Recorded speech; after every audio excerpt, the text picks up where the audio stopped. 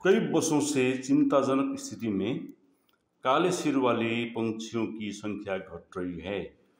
International union for conservation of nature and natural resources (IUCN) ने काले सिर वाले पंछियों को निकट संकटग्रस्त प्रजाति घोषित किया है। उत्तर बंगाल का एकमात्र नक्सलबाड़ी काले सिर वाले पंछी का निवास और प्रजनन स्थल है।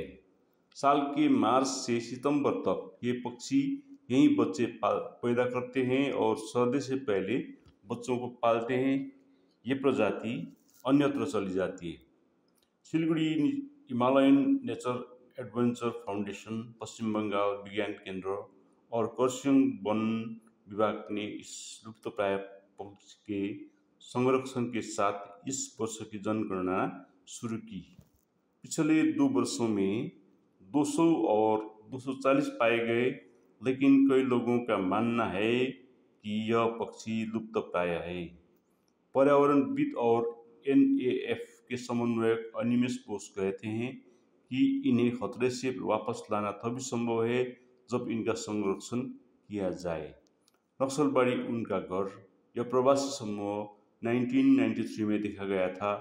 हालांकि बाद में नहीं दिखे, लेकिन पिछले साल से ये पक्षी देखे जा सकते हैं। विज्ञान मंच के सदस्यों के मुताबिक विज्ञान मंच इनकी संख्या बढ़ाने के लिए काम कर रहा है। वन विभाग के ADFO ने बताया कि वन विभाग इनकी संख्या बढ़ाने के लिए इनके आवास क्षेत्र पर काम कर रहा है।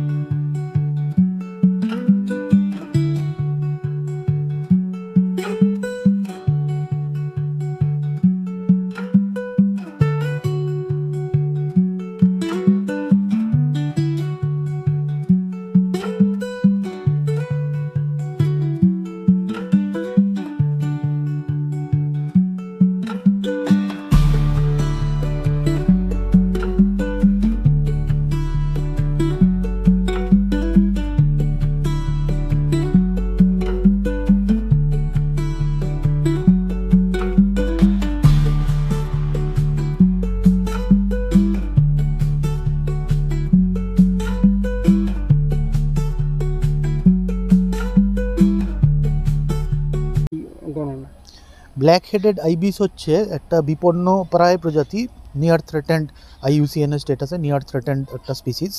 এবং শুধু তাই নয়, এটা একটা ইন্ডিকেটেড স্পিসিস।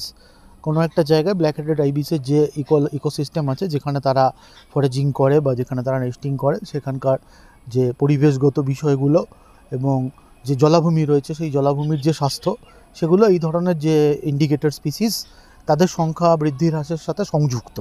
তো সেই হিসেবে ব্ল্যাক হেডেড আইবিসের মতো পাখি হচ্ছে আমাদের প্রকৃতি, পরিবেশ এবং উত্তরবঙ্গের যে ফরেস্ট রয়েছে তার সঙ্গে ভীষণভাবে সম্পৃক্ত। সেই জন্য আমরা এই ধরনের যে কাউন্টগুলো হয়, কখনো কোনো NGO থেকে হয় বা যে কোনো অর্গানাইজেশন থেকে হয়, আমরা চেষ্টা করি যে তাদের সাথে একই সঙ্গে ফিল্ডে থেকে তাদের যে স্টাডিগুলো, সেগুলো থেকে আমরা নিজেদেরকেও সমৃদ্ধ করার। বলছি, এটা দেখা যাচ্ছে দিনের পর দিন কমছে, এটা নিয়ে আপনারা কতটা চিন্তিত এবং এটা আগামী দিনে বৃদ্ধি করার বিষয়ে কোনো স্টেপ বন দপ্তর কিছু নিচ্ছে কি না? নিশ্চিতভাবে এদের সংখ্যা বৃদ্ধির সঙ্গে আমাদের যেহেতু বন এবং পরিবেশ সংযুক্ত, সুতরাং বন এবং পরিবেশের স্বাস্থ্যের সাথে এদের সংখ্যা বৃদ্ধিটাও সম্পৃক্ত। আমরা শুধুমাত্র ব্ল্যাক হেডেড আইবিস বলে নয়, এই ধরনের আরও যা যা ইন্ডিকেটর স্পিসিস রয়েছে প্রত্যেকের ক্ষেত্রেই আমরা চেষ্টা করি যে তাদের যে হ্যাবিটেট, বাসস্থান এবং বাসস্থান সংলগ্ন যেসব এলাকা, সেগুলোকে যাতে তাদের বসবাসের জন্য আরও উন্নততর করে দেওয়া যায় এবং আরও ভালো পরিবেশে তাদেরকে নিয়ে যাওয়া যায়। এটাই সবসময় আমাদের তরফে চেষ্টা থাকে, বন দপ্তরের তরফে চেষ্টা থাকে।